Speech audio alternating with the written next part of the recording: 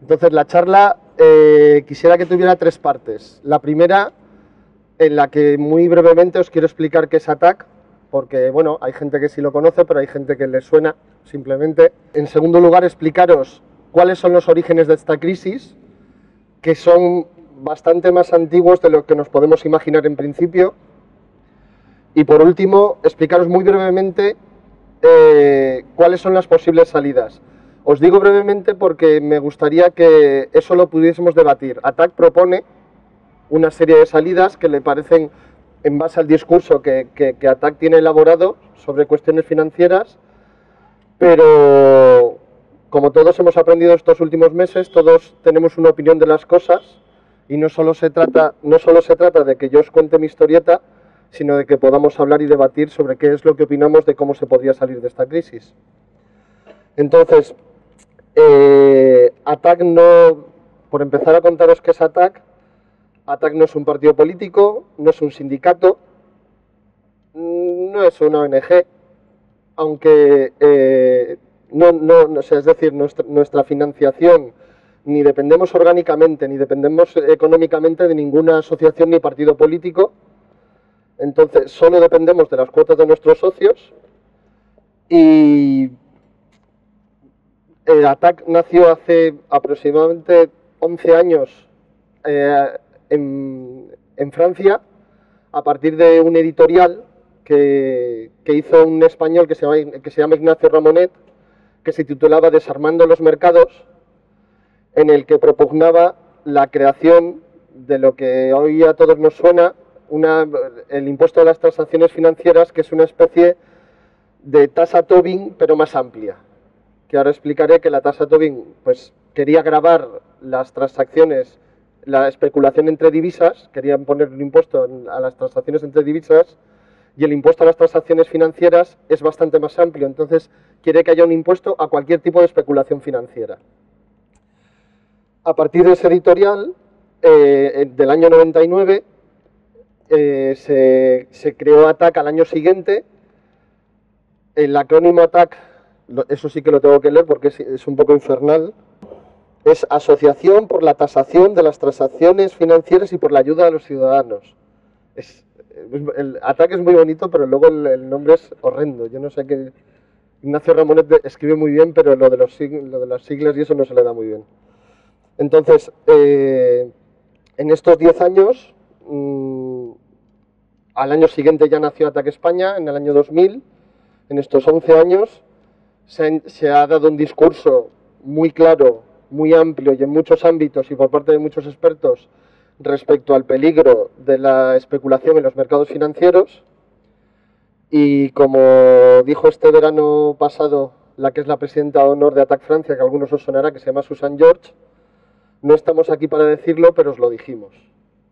Entonces, todo esto que estamos sufriendo ahora y esta burbuja financiera que ha explotado es una cosa que había gente que llevaba muchos años diciendo que iba a suceder. Bueno, pues esto es ATAC, una organización de gente que ha estado trabajando contra la especulación financiera durante 10 años. ¿Cómo lo hace? A través de dos cosas. La reivindicación que os he dicho, la reivindicación de un impuesto a las transacciones financieras y con la otra pata de la creación de ATAC, que es la educación popular. Este tipo de charlas y otras muchas charlas que da mucha gente en muchos sitios sirven para que la ciudadanía tenga instrumentos para poder decidir qué es lo que quiere, qué es lo que no quiere y que pueda decir cuáles son sus propias salidas a la crisis. Y esto, digamos, que es lo que es ATAC, esta organización.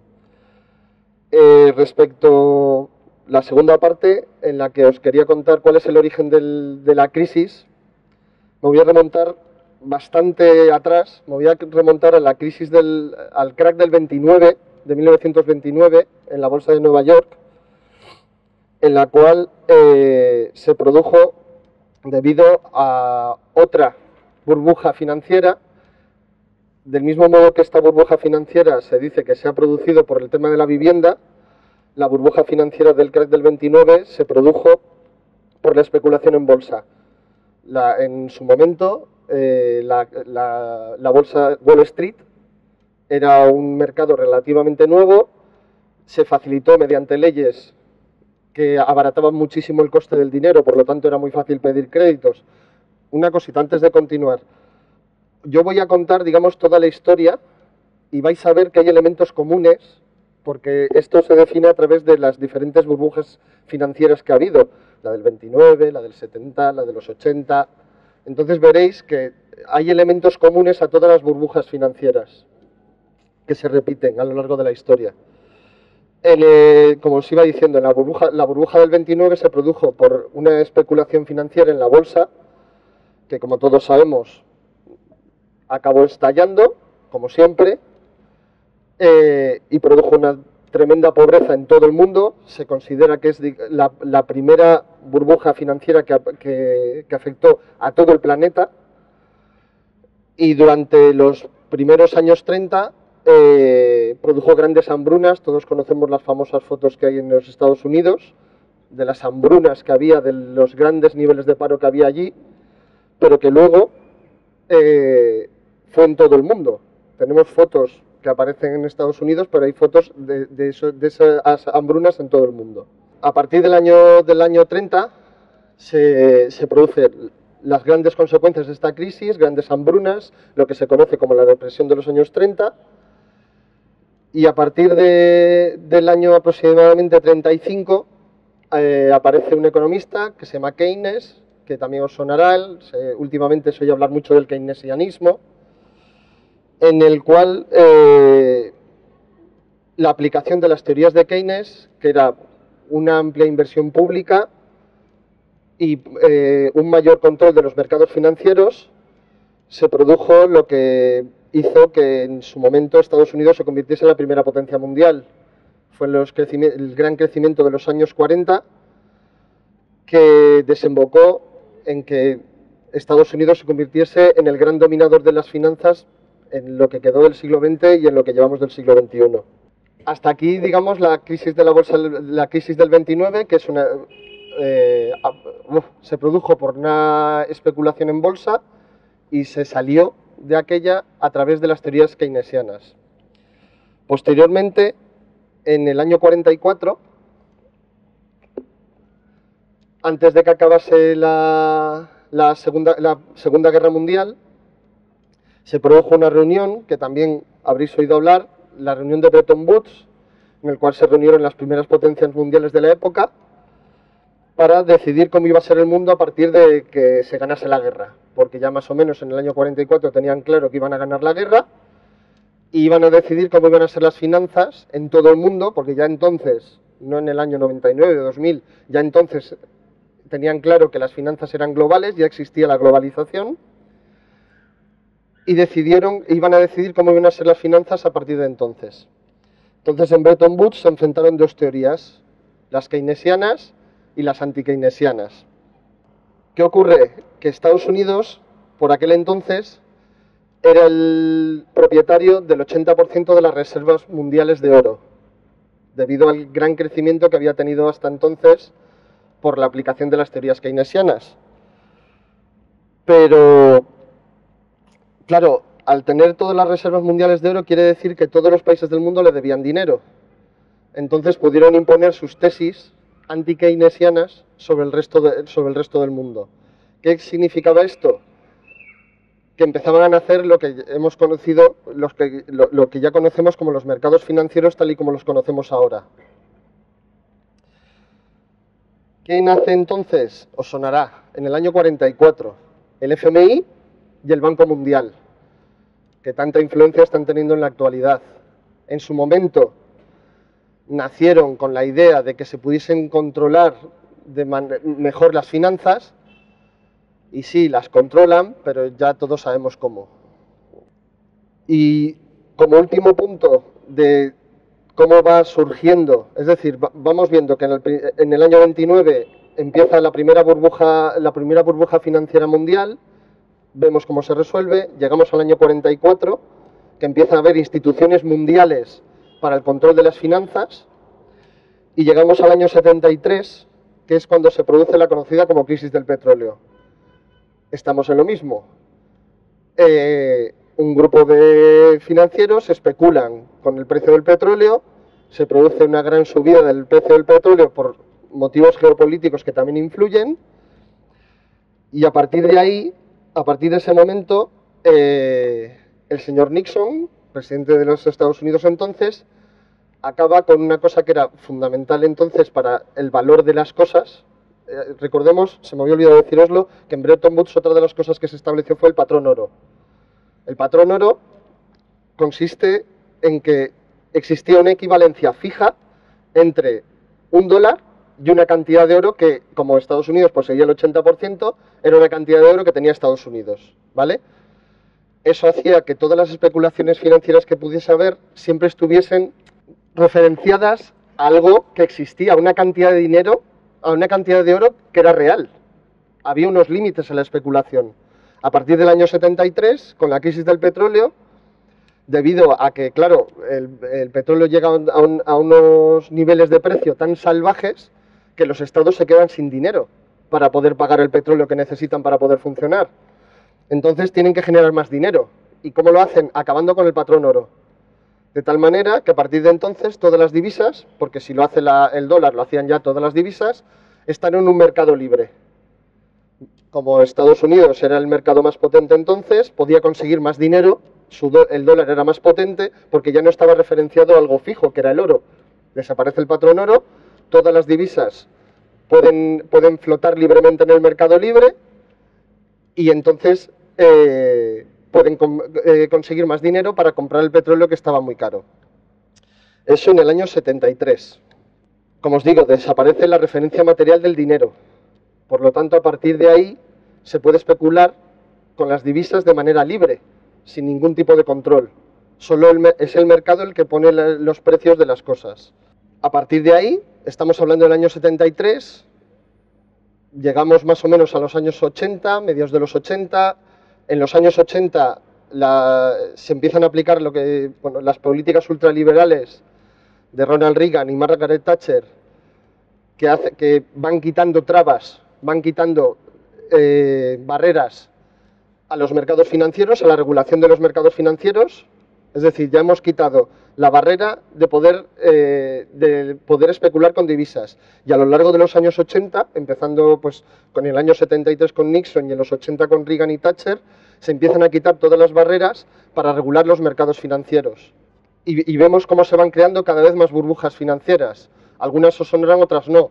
A principios del siglo XXI tenemos las burbujas de los .com. También a principios del siglo XXI tenemos la burbuja del sudeste asiático. Tenemos también la burbuja la burbuja que se creó a partir de la creación del ECU. Antes del euro existía el ECU y se especuló contra la libra esterlina y se creó también otra burbuja financiera. Cada vez tenemos más burbujas financieras. ¿Por qué? Porque existe menos regulación y se puede especular contra lo que sea. Y entonces, hacia el año 2000-2001, se radicaliza ya muchísimo y es un crecimiento exponencial de lo que en ATT&CK hay una palabra que es pues tan horrible como el acrónimo de ATT&CK, pero incluso peor, que se llama la financiarización. ¿En qué consiste eso? En que cualquier cosa puede ser un producto financiero. Es decir, ahora todos con naturalidad entendemos y hemos oído hablar del mercado del CO2. Los países tienen cuotas de CO2 que compran y venden en un mercado. Si yo soy muy contaminante y un país del tercer mundo no lo es, puede conseguir dinero a base de vender su cuota de CO2 que sabe que no va a cubrir. Es decir, hay un mercado del aire, hay un mercado de los alimentos, hay un mercado de los tipos de interés. Es decir, todo es financiero, todo se puede financiarizar, ¿vale? Que es, digamos, el último paso para poder especular con cualquier cosa, que es la base de la burbuja financiera última que se ha creado esta vez, que es con la vivienda. ¿Qué ocurre con la vivienda?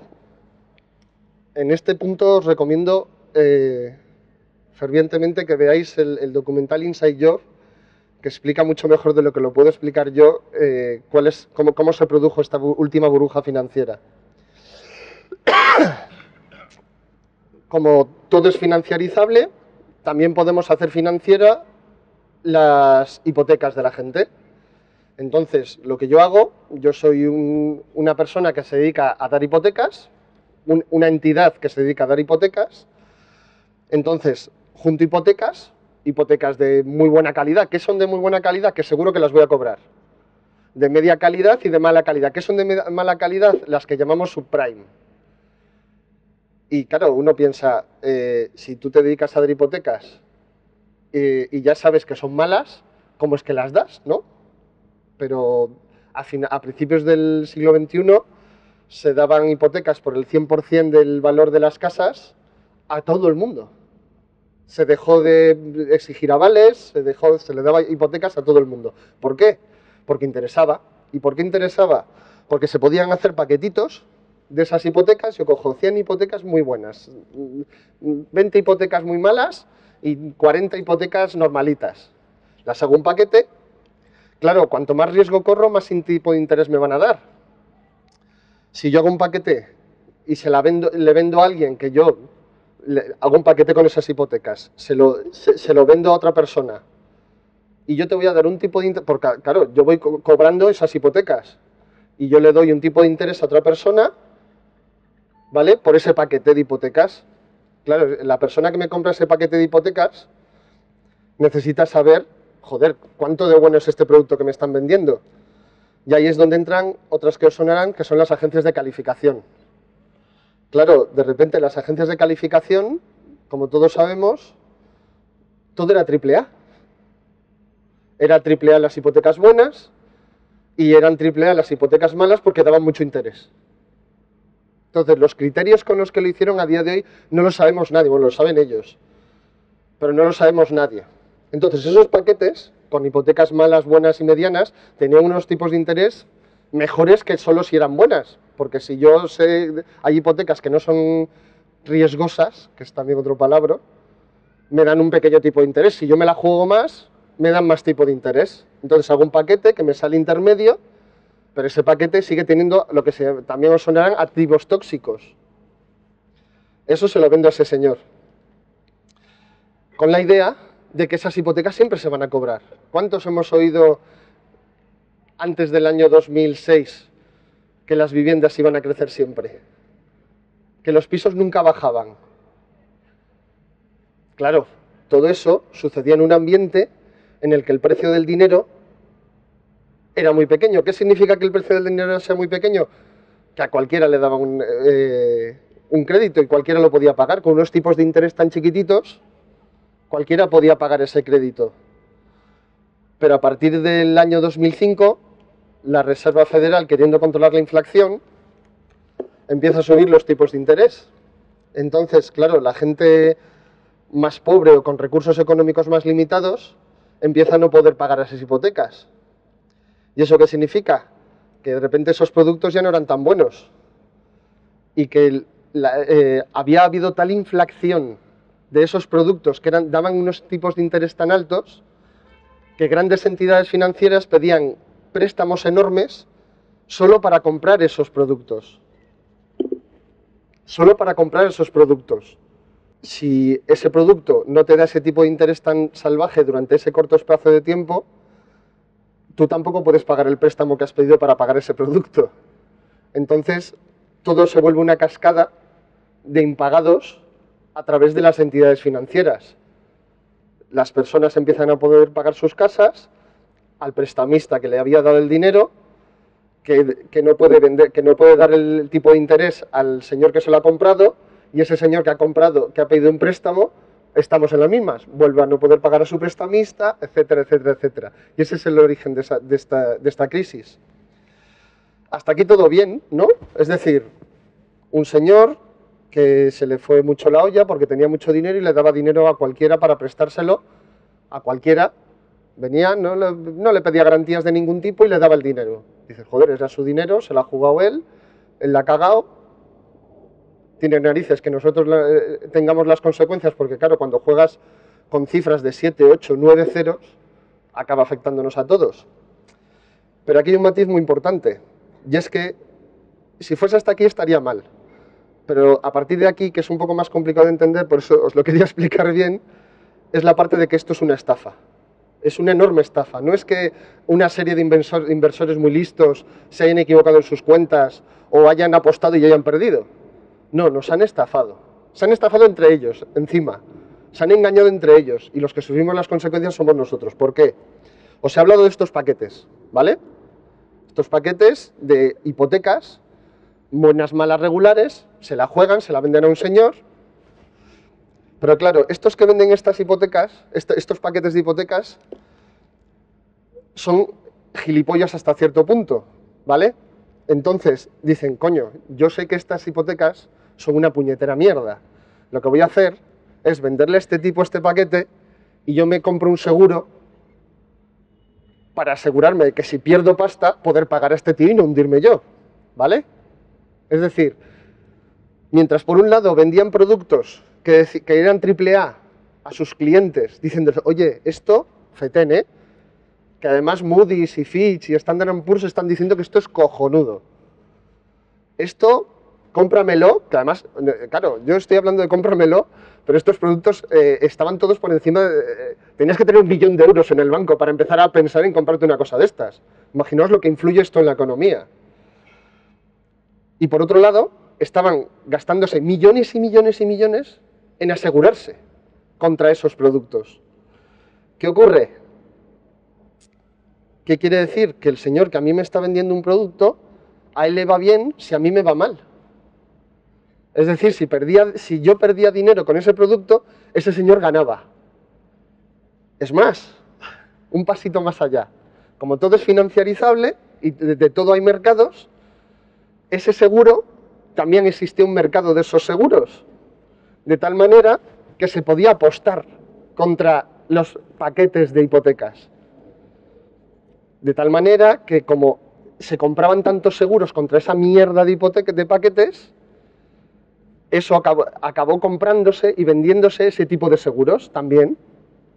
Y todo el mundo apostaba, los mismos que vendían esos paquetes de hipotecas, apostaban todos contra que iban a ir mal.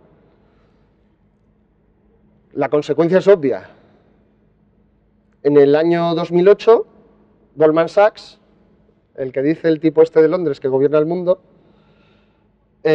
tuvo beneficios récord de su historia después de que cayesen las agencias que estaban dando hipotecas cuando cayó Fannie Mae, cuando cayó Freddie Mac, que eran los dos bancos hipotecarios más grandes del mundo.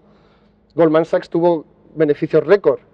¿Por qué? Porque AIG, que era una de las mayores aseguradoras del mundo, le tuvo que pagar una pasta porque esta gente perdió dinero, pero eran sus productos. Por eso es una gran estafa. Por eso esa gente tendría que estar en la cárcel.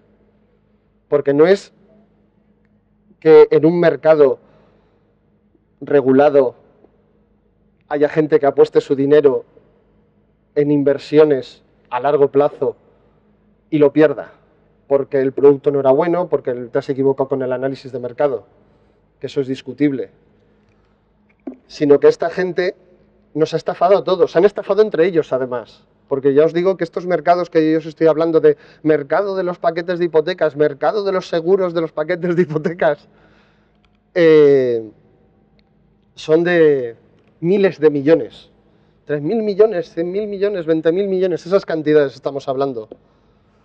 Claro, cuando cayó la aseguradora que tuvo que pagar a Goldman Sachs, cayó el banco hipotecario que le vendía las hipotecas a Goldman Sachs, pero luego Goldman Sachs aseguraba, estas entidades financieras se llevaban haciendo dinero de dinero, porque claro, al final es ir derivando, ¿no? Lo que también nos sonará los derivados financieros, es ir haciendo un producto de un producto y luego empaqueto productos y lo vuelvo a vender como producto. Eran demasiado grandes para caer. Y es aquí donde entramos en el tema, y ahí es donde ya paro, en el tema de la deuda, que es que, como eran demasiado grandes para caer, porque caía abajo todo el sistema financiero, había que rescatarles. Pero eso no es un tema de hoy, y creo que ya es bastante con esto, y digamos que ese es el origen de toda la crisis. Como resumen general, empezamos con la aparición temprana de los mercados financieros, con la primera crisis mundial en el año 29, en el cual se aplican unas medidas que sirven para mejorar la calidad de los mercados financieros y salir de la crisis. A partir del año 44 ya no se cree en eso y se empiezan a crecer mucho más los mercados financieros, empiezan a desregularse, y a partir de la crisis del petróleo y sobre todo a partir de los años 80 se desregulan del todo los mercados financieros y ya del todo empiezan a aparecer derivados financieros como los que os he contado y derivados de derivados de derivados que no se regulan de ninguna manera, la burbuja crece una barbaridad y cuando falla la base de todo eso se va toda la mierda porque es un efecto dominó. En vez de, tal y como lo vendían los financieros en los años finales de los 90, en vez de dar estabilidad al mercado, que era lo que ellos decían, que los derivados financieros daban estabilidad al mercado. Dan estabilidad al mercado si están regulados y si están basados en algo real. Si todo es especulable, lo único que da es inestabilidad, que es lo que se ha demostrado. ¿Vale? Y por último, después de esto que era telita, el próximo día una pizarra, ¿eh? Y por último, ya os digo, no me gusta contar lo que dice ATTAC sobre esto, pero no es que no me guste decirlo porque es muy sencillo, son tres frases, sino porque lo que me gusta es, yo esto lo entiendo como daros instrumentos a vosotros para que sepáis de dónde ha salido esto, qué es lo que ha pasado, y a partir de ahí vosotros podáis también decir qué es lo que creéis que habría que hacer, ¿vale? ATTAC, como ya os dije, nació como una organización que estaba por la imposición de un impuesto a las transacciones financieras. ¿Por qué?